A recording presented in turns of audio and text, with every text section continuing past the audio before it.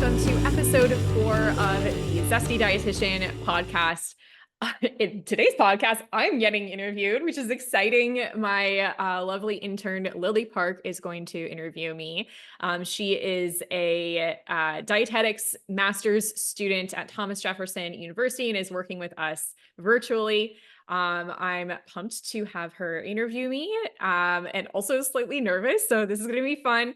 But she's put together some really great questions that I think will be really helpful for you to know a little bit more about who I am as a person and as a dietitian. And yeah, so I'm excited for that. This episode of the Zesty Dietitian podcast is sponsored by the Insulin Resistance Mini Course, which is, like it sounds, a mini course that can help you learn how to balance your blood sugar for fertility and pregnancy without dieting. You can sign up for this course. It's on demand, lots of really amazing pre-recorded videos, but it's the same kind of protocol or program that I work with my clients through when they're working with us one-on-one. And so if you didn't feel like one-on-one coaching was right for you, or you just needed something that was a little bit more affordable, if we don't accept your insurance, then this is a fantastic option for you. And you can sign up for the insulin resistance mini course on our website, which is www.feedyourzest.com. So let's get into this episode of the Zesty Dietitian podcast, and you can hear me answer some questions. So yeah, here we go. All right. Well, thank you, Lily, so much for agreeing to come on the podcast today and interview me. It's funny. I've been interviewed on a podcast before, but for some reason, because it's my podcast, now I'm slightly nervous, which is funny. But yeah, right. I'll let you take it from here. Great. Thanks so much for having me, McKenzie. I really appreciate it. I want to start off you can introduce yourself. Tell us a little bit about yourself, who you are, your upbringing, everything. Yeah, for sure. So, my name is McKenzie Caldwell. I'm a registered dietitian nutritionist. And I am originally from California. I grew up in the Los Angeles area. And, then I think when I was like 14, my parents moved us to the suburbs. So that's where they still live now. And then for college, I went to Cornell in upstate New York, and that was really cold and dark. And so I decided to come down south for grad school with full intentions of going back to California eventually. But after I did my Master of Public Health and like the registered dietitian training program at UNC Chapel Hill, kind of fell in love with North Carolina. And I've been here ever since. And I live here in Charlotte with my dog, Charlie. And we're having a grand old time. Sounds great. And since this is kind of a nutrition-based podcast, I want to ask, what are some of your favorite foods? Yeah. Tacos. I love tacos. My California soul will never not love tacos. And then I really love chocolate. Anything chocolate is my favorite. And then kind of Mediterranean style food. Like I love a good like hummus plate kind of thing. Whether that's like white people co-opted Mediterranean bowl or like actual Greek food. I love it all the same. And yeah, I also love like a good Neapolitan style pizza where it's got that like thin, crispy crust and like a margarita, like lots of like the fresh mozzarella and stuff like that. Yeah, those are my favorites. How do the Carolinas do with their pizza making? We do okay. Bagels are what we're lacking. We are severely lacking in the bagel department. But pizza, we're okay. Good. And what are some of your favorite ways to move your body and stay active? Yeah. Well, I walk my dog almost every day. And I love walking. And I grew up dancing ballet. And so I try to take some adult ballet classes here and there, and that's really fun as well. I also really like yoga. So those are kind of my like mainstays, I would say. I also like to ride my bike. When I do get a chance to go hiking in the mountains in North Carolina, I absolutely love that. It's like my mountain time. Just need a little fresh air refresh. And then recently I've started weight training too, which has been really fun. I was really resistant to it for a long time because I just didn't know what I was doing. And then I one day decided to lift weights on my own. And I was like, holy crap, that took 15 minutes and I feel amazing. I was like, okay, well, maybe I should incorporate more of this. But because I'm so hypermobile, I'm so loosey goosey, I kind of hurt myself and I couldn't figure out how to do it safely. So I ended up hiring a personal trainer and I've been working with her and that's been really fun to figure out. So that's kind of my new thing that I've added to the routine. Yeah, that's great. And since you are a fertility dietitian, I think it's important to share with everyone how you kind of got into women's health and like focusing on that type of realm. So do you want to talk a little bit about that and why you love women's health so much? Yeah, absolutely. So, I honestly kind of, I feel like it's kind of random. Like I'm kind of just a nerd. It's just an area of interest that I've had for a long time. I got into nutrition in general, um, not unclear if it was for disordered reasons or not, but mostly because I love food and I love science and I cared about health and I cared about people. And then once I got into college and kind of started taking every dietitian, we always take a life cycle nutrition class, and the portion on pregnancy was just really fascinating to me. Um, and I don't know, college just made me a really strong feminist too. And knowing kind of how many disparities there are in women's health and reproductive health, especially in this post-Roe era, no matter what you believe about abortion, we're seeing that women's health care is at stake in this country for sure. And yeah, it's just something I care about really deeply. Yeah, it's super important. And I know on your little bio on your website, when I was doing some digging, it says that learning about iron transport across the placenta on an icy morning was so energizing to you. I thought that was so interesting, and that's like such a niche and specific memory that you have. So, like, what about that like really intrigued you? I just was fascinated. As I mean, there's just like I guess pregnancy nutrition is just so complex and so it's wild if we think about the fact that our bodies can grow an entire, like a whole separate human. Like that's insane. And there's so many crazy biological mechanisms that go into that. There's so many things that have to go perfectly right for us to grow a healthy baby, but we do it. There's billions of people on this planet and they all came from a female body that had to grow its own placenta and all of this. It's wild. So I just think that the female body is really freaking cool. It I think is. that's Our it. bodies are like so, the more I learn in my grad school program, the more I'm like, wow, our body is like so smart and does so much for us, which is Yeah. so great. Um, and also in your bio, you talked about your experience in maternal and child health leadership training during grad Mhm. school. Could you talk a little bit about that experience? Yeah, absolutely. So, the public health program that I did at Carolina was really, really great. And I did learn a lot about like public health and public health programming specifically. And at the same time, because it was the way the program was set up, there was a lot of people that were changing careers or didn't have a nutrition background. So there was some classes that I was able to opt out of, which left a little bit of extra time in my schedule, like just kind of some of the more basic nutrition classes that I had already taken in undergrad. So I was able to take some additional classes in maternal and child health, and then I applied to this leadership training program. It was actually specifically focused on intellectual and developmental disabilities, but it was under this kind of grant funded program that's like a national grant funded program. So I actually got paid, like I got a stipend to take additional classes and do a leadership training program, which is really cool. I think the biggest thing I got out of that program is how important interdisciplinary care is. So I'm a really, really, really big fan. And I think it's so important that we as dietitians are able to know the providers in our community and refer appropriately and know who the good providers are, know who can be trusted, who's practicing evidence-based medicine, who is compassionate and is actually going to listen to people.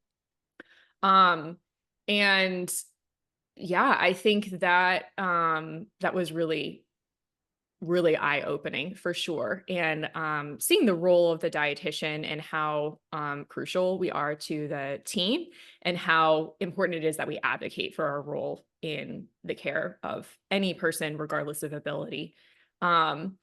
So yeah, that was a really, really cool training program. And I think a lot of that program was specifically focused on child's health.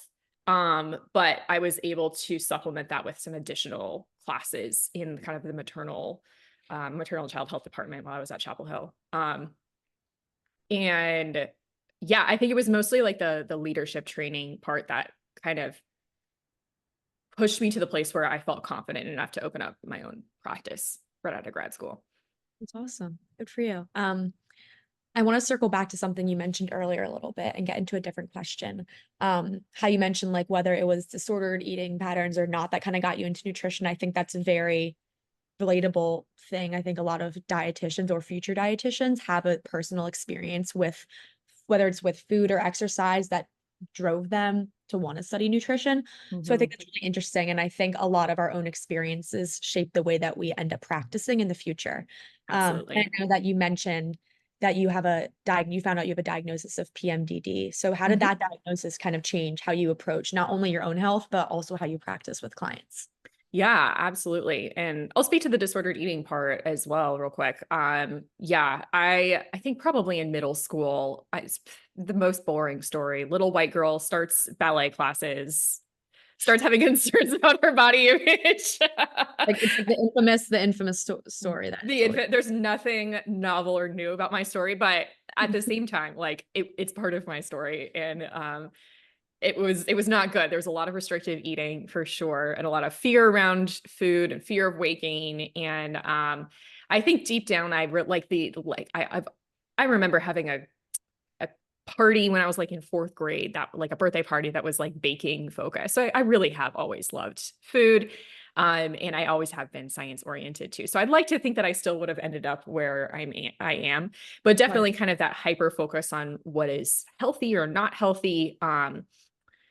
It definitely had an influence in specifically focusing on dietetics for sure. And at the time that I entered college too, like it kind of just reinforced a lot of the food rules that I had already had, unfortunately. So that's something I'm always really sensitive to. And I'm an adjunct professor at Winthrop as well. So something I'm really sensitive to when I'm talking to students about nutrition and helping them understand how disordered eating might present as well. But yeah, I mean, that's part of where my passion for helping people heal their relationships with food comes from, is like from that personal experience.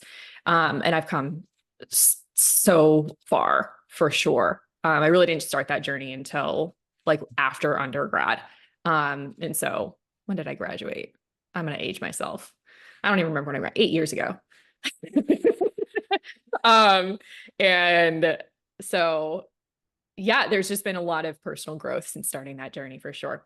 But anyways, to answer your question about PMDD, so that my interest in women's health and reproductive health was, I think I was not even really aware of like what was even happening in my own body at that time. I was 19. I had really heavy, painful periods. I kind of just dealt with it. I definitely had undiagnosed anxiety that I was not getting help with. Like there was a whole lot going on that needed to be addressed.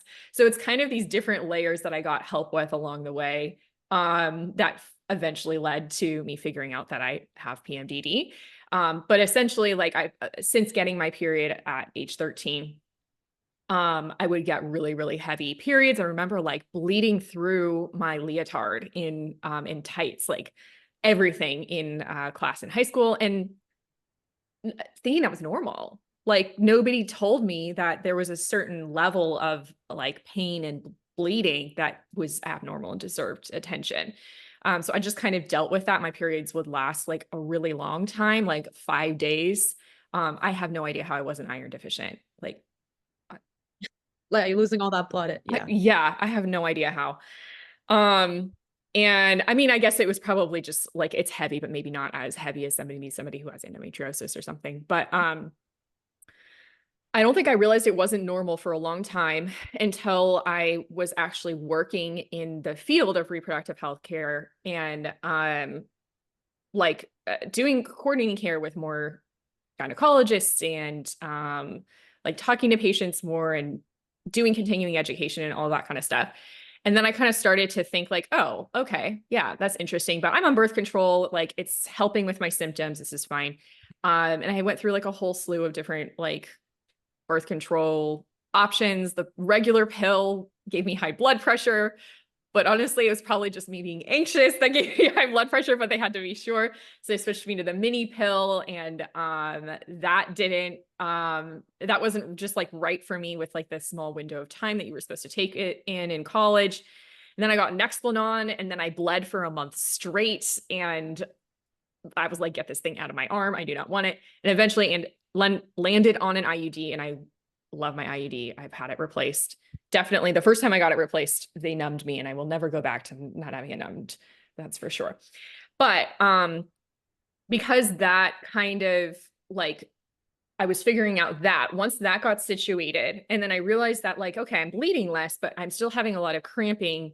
And also like now that I'm in therapy and I'm kind of like a little bit more aware about like what's happening in my mind and just a little bit more present, I'm noticing that yes, I have good days and yes, I have bad days, which is probably why I was kind of gaslighting myself out of thinking that I had anxiety. But like, one, it is normal to have good days and bad days with your anxiety, but my bad days are really highly concentrated right before my period. And then the second that I get my period, it's like the hormones are like washing out of my body. And it's like there was like a veil over me and it's just being lifted, and all of a sudden I can see clearly, like I feel like a regular human again. And I was like, oh my God, I think I have PMDD. And I talked to my therapist about it, and she confirmed, and kind of there's a lot of other symptoms that go along with like getting that diagnosis. Talked to my PCP and my gynecologist, and came up with I decided to start Zoloft, and have loved me my Zoloft. It's great. It helps so much with my anxiety, and just kind of gives me a baseline, and then kind of incorporated some other, like did some digging on nutrition and lifestyle things that I could do for myself as well, and supplements, and figured out what works best for me. And I still have some bad months, but it's so much better for sure. And I think just gives me a lot more compassion to my clients that I think that compassion was already there because I was experiencing like heavy, painful periods and kind of like hormone fluctuations, but didn't really know what was happening until I had kind of that like personal insight to what was going on. It's like that diagnosis. You're like, oh, so this isn't an experience that everyone is experiencing. Like what I'm feeling is real. Yeah, getting that diagnosis is really big and important. absolutely. So now I want to ask you a question about, I know you approach your clients with a more body positive approach, which is kind of the center of your work. So talking about that health at every size framework, and intuitive eating, how that has impacted your life. And then also maybe just letting people know what that exactly is and what like health at every size entails for those who don't know. Yeah, absolutely. So, Health at Every Size is a framework that is trademarked by the Association of Size Diversity and Health. And you can go to their website and kind of read about that more in depth. But essentially, it's a set of principles that helps us take care of all people in all size bodies equally and equitably, and helps us recognize that the pursuit of weight loss beyond all other things is not conducive to long-term health and well-being. And really this comes out of a lot of advocacy from the fat activist movement, and a lot of experiences of people and research showing that weight stigma and weight bias really do negatively impact mental and physical health outcomes for patients. And so if we can practice in a way where we are recognizing that bias and working towards providing care that is non-stigmatizing and non-biased, and really kind of looks past weight as a measure of health and well-being, and recognizes that weight is just a teeny tiny part of a medical record. And there's so much outside of our control when it comes to weight and size, then we really can actually provide good healthcare for people. And I think it also helps us keep our care more person-centered and recognize the autonomy of the patient as somebody who gets to decide what they want to do and the kind of provider that they want to work with. Right.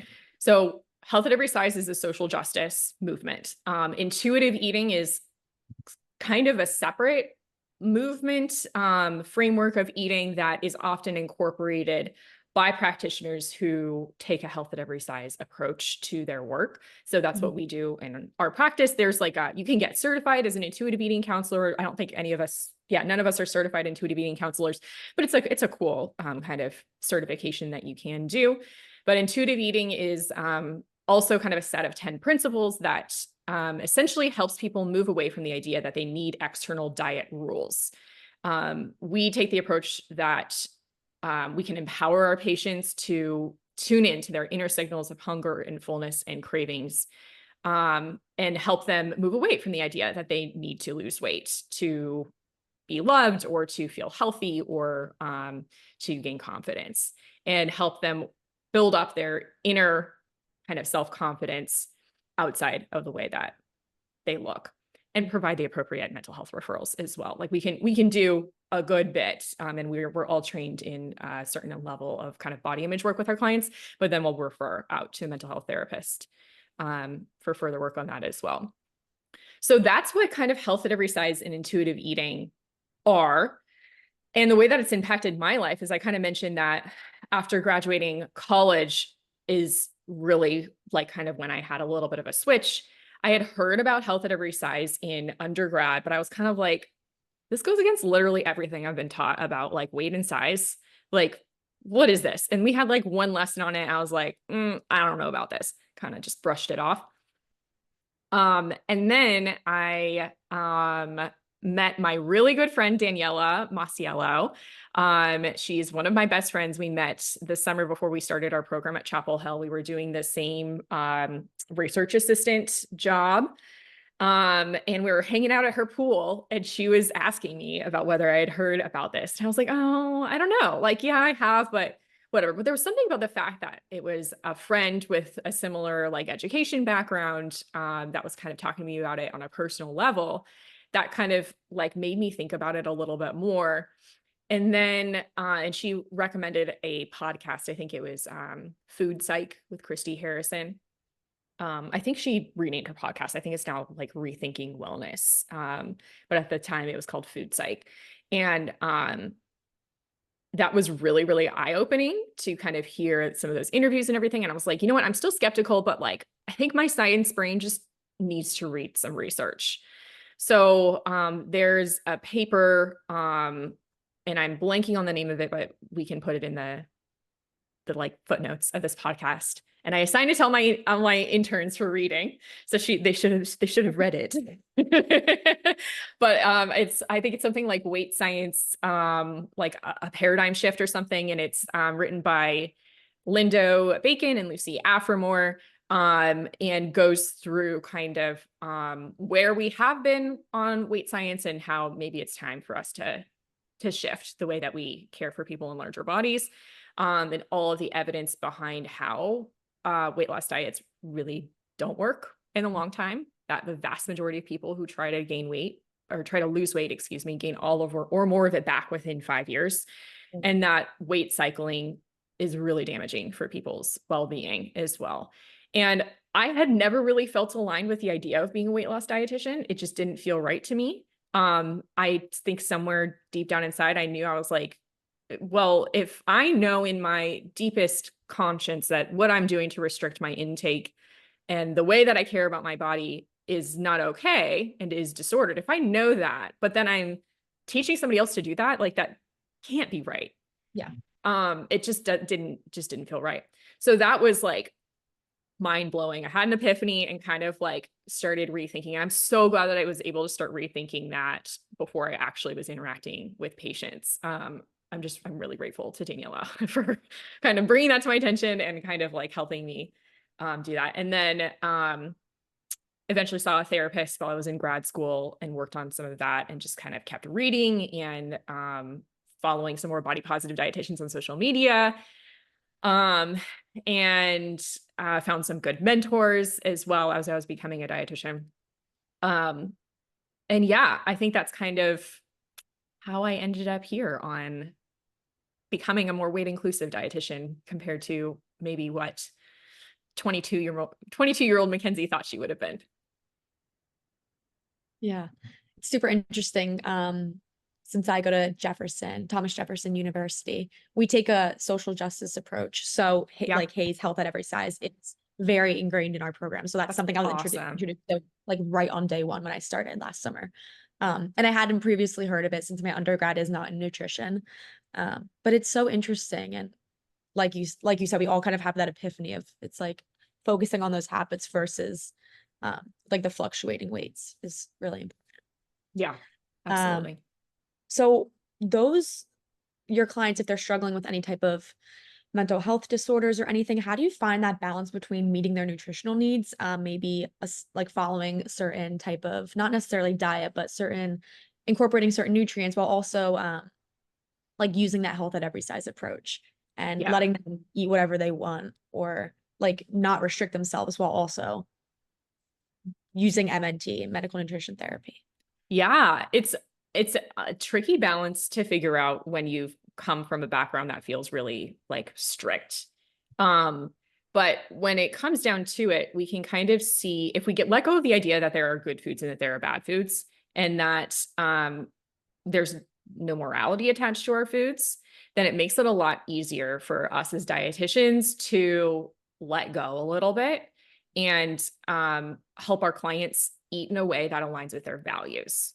So we're taking out the morality and we're putting the patient at the center instead of like, I'm the expert, I know what good nutrition is, and this is what you should be doing, XYZ. If we recognize like, hey, yes, I've studied nutrition more than this patient has. They're coming to me with questions, but they're the patient, like they're the center of their care team. And my goal is to empower them with the information that's going to help them make the decisions that align with their values. Then it takes some of the pressure off a little bit. And if we can also recognize that the science shows us that tiny, small behavior changes over time are what are going to stick and be sustainable and actually last for a patient, then we can also chill out a little bit and not feel like this is urgent and they must do XYZ things right away. If we recognize that we actually need to focus on the tiny sustainable changes for it to stick and not just be another crash diet. And we can recognize that is evidence in certain interventions versus like others, in the sense of like, if I feel personally that soda is bad, but the evidence says, okay, maybe limiting your sugar sweetened beverages to X amount per week is okay, but it doesn't, like the evidence doesn't say that it has to be 0, then I can let go of my bias and my preconceived notions and look at what the science is actually saying, which is what medical nutrition therapy should be anyways. But ultimately what we're doing is we're coming back to the idea that like ultimately everybody first and foremost for good nutrition needs calories. Like we just have to have energy from food, period, to survive. And this is kind of the Ellen Satter, the Satter's hierarchy of food needs, which is a cool model that kind of helps us kind of reframe like what is most important. So if we're prioritizing first and foremost, getting enough food, then from there, can we get enough protein and make sure you have enough carbs and enough fats? And then from there, the micronutrients and kind of going up. And even within that model, there's like making sure that people have access to foods that they like and that they have access to foods, period, that are safe and like not going to go bad. And recognizing too that nutrition is ultimately kind of a small piece of the pie when it comes to health overall, and that there's a lot of other social determinants of health that are even more important, also helps us just see the person in the context of what they're living in, and helps them kind of also have a little bit of compassion Mhm. towards themselves too. So, if I was gonna like make that into a TLDR, it's we're being compassionate and saying like, yeah, hey, like, yeah, there's these, if you would like to, hey, there's this like evidence-based intervention that we can try. And it doesn't have to be strict, and the evidence doesn't say that it has to be strict. But like if you're open to it, I'm happy to help you make tiny changes towards this. That's kind of how we do that. Yeah. And then a fun little question.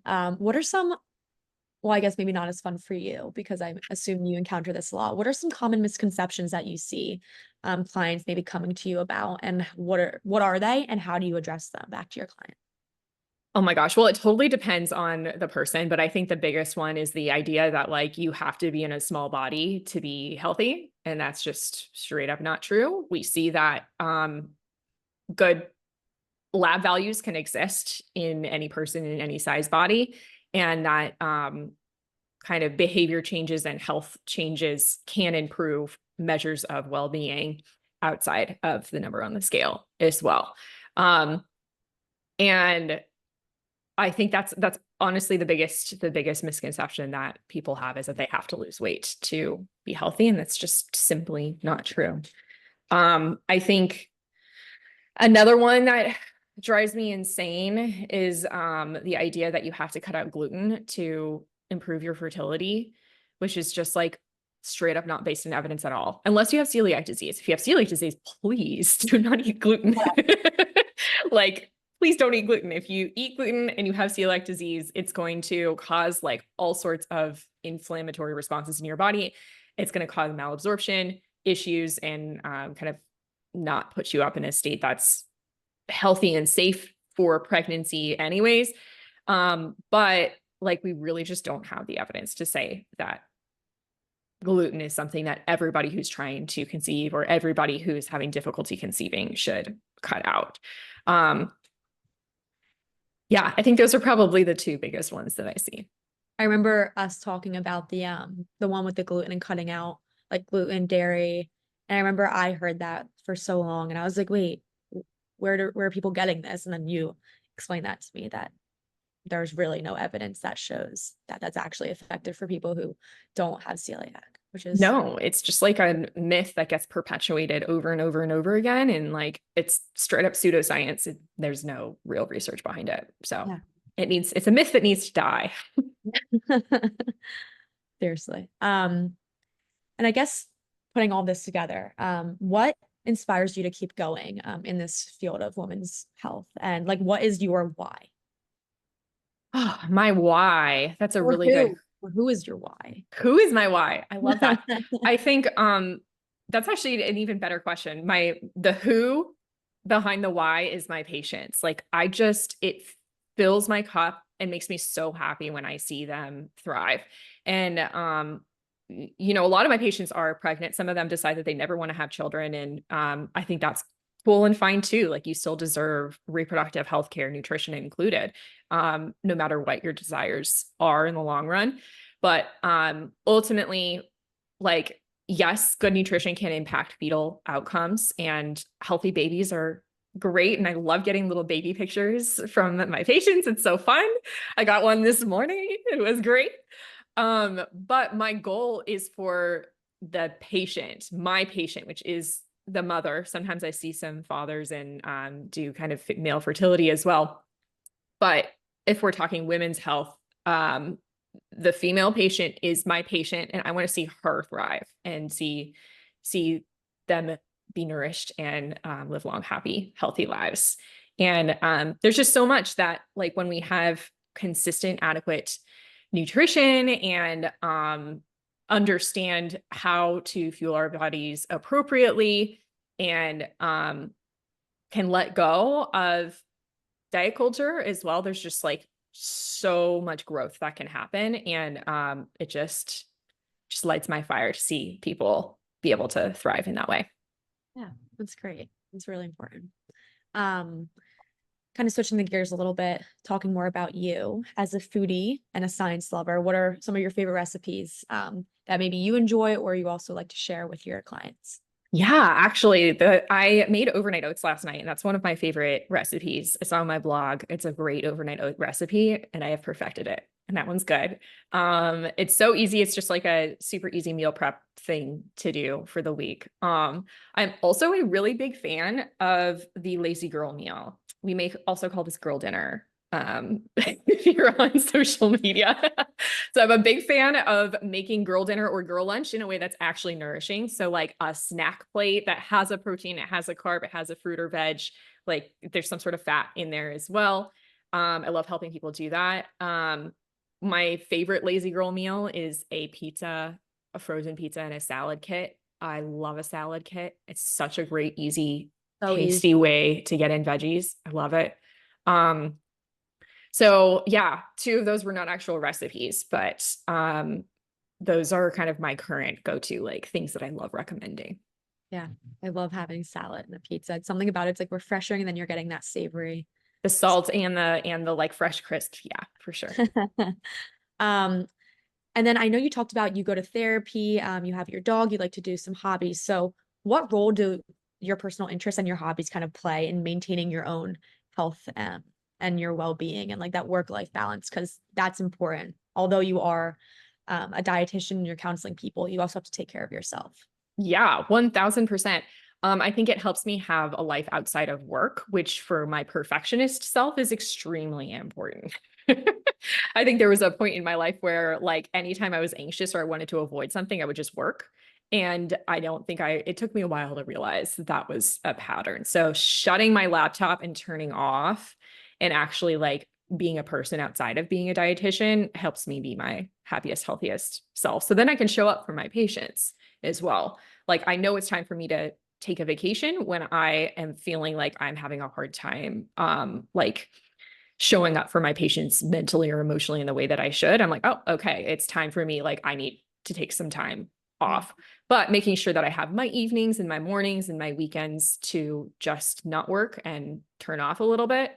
That's really helpful. And finding kind of like engaging ways to express myself, whether that's like I took a ceramics class at one point last year and that was really fun, or having like my dance classes to be able to do that kind of like art type stuff, getting out in nature, all of that is just really important for just being me and knowing that I'm a person beyond just being a dietitian.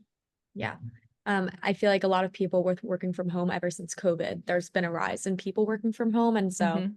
it's really interesting to see a lot of people have struggled with it, kind of separating their like a lot of people have to work in their bedroom or in their kitchen and separating that work, like yourself as a work person versus at home. But it sounds like you're doing a pretty good job doing. Yeah, I think I have like a, even though like behind me is my living room in my apartment, like this end is my desk and I kind of like try not to come over here if I don't need to, unless there's like, I don't know, I'm going through finances or something and I'm just like, I just got to be at the desk. Right. Well, it's Um, like in your brain, you're separating like work from home, and but they for you, it's in the same place. yeah. So Yeah, absolutely. And it doesn't work for everybody, for sure. I know one of my good friends, like really thrives when she's able to go into the office to see patients, or she works PRN at the hospital. For her to be able to do that, it's just helpful for her brain. So it's not right for everybody, but it's working great for me right now. definitely. Okay. What message or advice do you want to leave for our listeners, since we're getting towards the end of the podcast, in regards to women's health and nutrition? Yeah, I think like knowing that like you are worth so much more than the way that you look, and that there is so much like mental and physical growth that can happen when you move beyond that. That is my kind of like word of encouragement, is to let yourself be fueled appropriately, and you'll thrive. That's it. Great. And where can our listeners find you and learn more about your work and what you do? Yeah. So our practice website is www.feedyourzest.com. We have one-on-one coaching available, myself and my two amazing associate dietitians, Kristen and Natalie. And sometimes we have our interns see patients as well, depending on kind of how they're feeling and where they're at in their program and stuff like that. Lily did a fantastic job with seeing her patient in the last couple of weeks. And then I have a blog. Obviously, there's more podcast episodes. You can follow me on social media as at fertility.prenatal.dietitian. And then on TikTok, it's at fertility.prenatal.rd. And yeah, that's how you can work with us, and that's where you can find us. All right, perfect. Well, thanks so much for letting me interview you, McKenzie. I really enjoyed this episode. Thank you, Lily. Appreciate you doing this for us. Bye-bye.